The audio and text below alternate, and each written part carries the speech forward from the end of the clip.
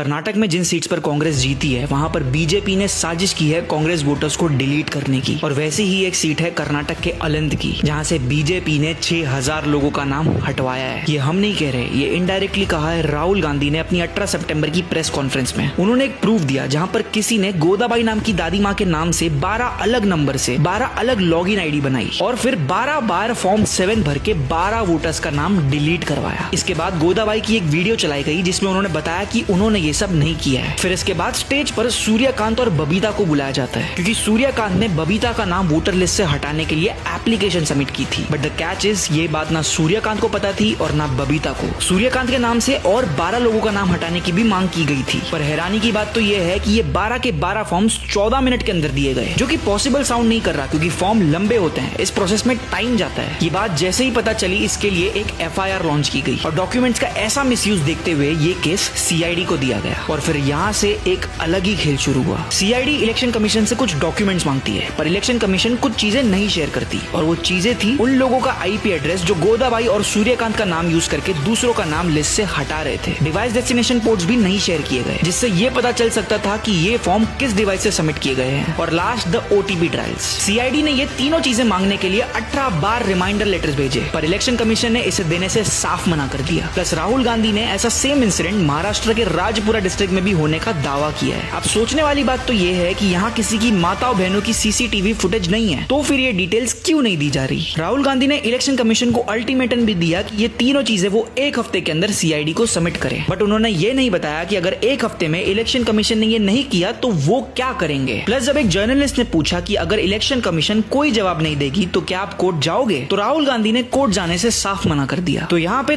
थोड़े से सवाल राहुल गांधी पर भी उठते हैं। राहुल गांधी की इस प्रेस कॉन्फ्रेंस से ये भी पता चला कि वो बीजेपी और इलेक्शन कमीशन पे एक बहुत बड़ा एक्सपोज लाने वाले हैं जिससे उन्होंने H बॉम्ब का नाम दिया है। एंड आई एम श्योर कि ये एक्सपोज वो बिहार इलेक्शन के जस्ट पहले करेंगे। 2 महीनों में बिहार इलेक्शन है और इन 2 महीनों में आप भारत की सियासत में ऐसा ड्रामा देखने वाले हो जो कि आपके होश उड़ा देगा। इसलिए इंडिया इन लास्ट 24 आवर्स को अभी के अभी फॉलो कर दो क्योंकि हम आपको ये पूरा ड्रामा डिटेल में समझाने वाले हैं।